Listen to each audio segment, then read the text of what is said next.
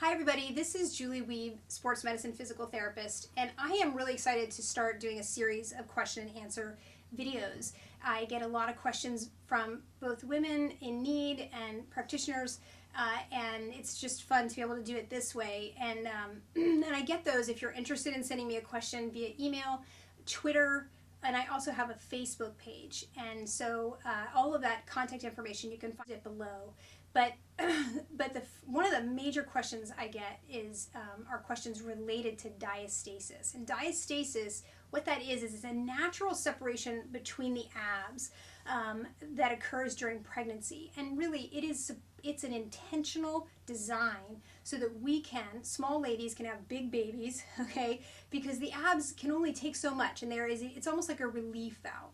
And a lot of ladies, that it will come back together again naturally. But for some women, that's not true. Okay, some women maintain an additional a large separation or even a minor separation that impacts their abdominal function. And so it's really it's a medical issue that needs to be addressed for a lot of women.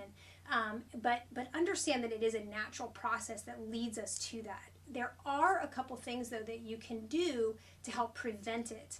And the first step is to be really smart about the way you're training while you're pregnant.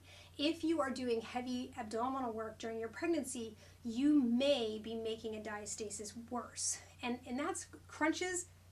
Cut them out, okay? They're not good for your back, they're not good for your posture, and they're really hard on a diastasis, and they're really hard on your pelvic floor. But even if you're doing something like planks, okay, which is a relatively safe exercise, if you're doing it in a way that heavily uses your abdominals, or if you're doing it in a way that's out of alignment, you are going to potentially make that separation worse. You need someone local to you who is either a physiotherapist or a physical therapist who is familiar with diastasis, familiar with postpartum issues, to help check you, help you learn how to check yourself, so that you can monitor your diastasis and make really wise choices during your pregnancy. Because in my opinion, lots of women create a very terrible situation for themselves because they're just flipping out about how big their belly's getting, when in reality it's a natural process, and it's those crunches and heavy abdominal activities that will ultimately separate out that diastasis even worse, okay? And the other thing to understand, and I equate diastasis as like your fly, okay? If your fly is down and your zipper is open and you stand like this, which is how lots of pregnant ladies stand, what happens to your fly?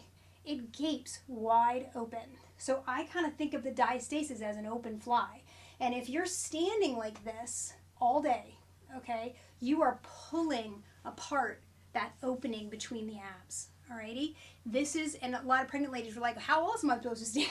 I got a big belly, okay, ahead of me. But even as a postpartum woman, if you go check yourself out in the mirror, you might look like this. Okay, I'm exaggerating it a little bit, but lots of ladies, and I've talked about this a few times already on in these videos, is that rib cage is too far back and the butt is tucked under, okay? And ladies are pulling apart their diastases 18 hours a day, okay? So it doesn't matter what your exercise program is. If you're standing like this, you are gaping, your fly is down, okay? It is open. And then the other potential posture that a lot of women find themselves in is this. What does a fly do when you're scrunched down in a seat? Gapes it open, okay? If you're standing in alignment that is not optimal, you are gaping your diastasis all day, okay? So it's really critical to get some local help. Have a physical therapist look at your alignment, okay? If you're standing like this, even pregnant, you can help bring your rib cage forward. I promise you'll actually breathe better there too. And then all day you're in a position that actually promotes closure rather than separating the abs all the time.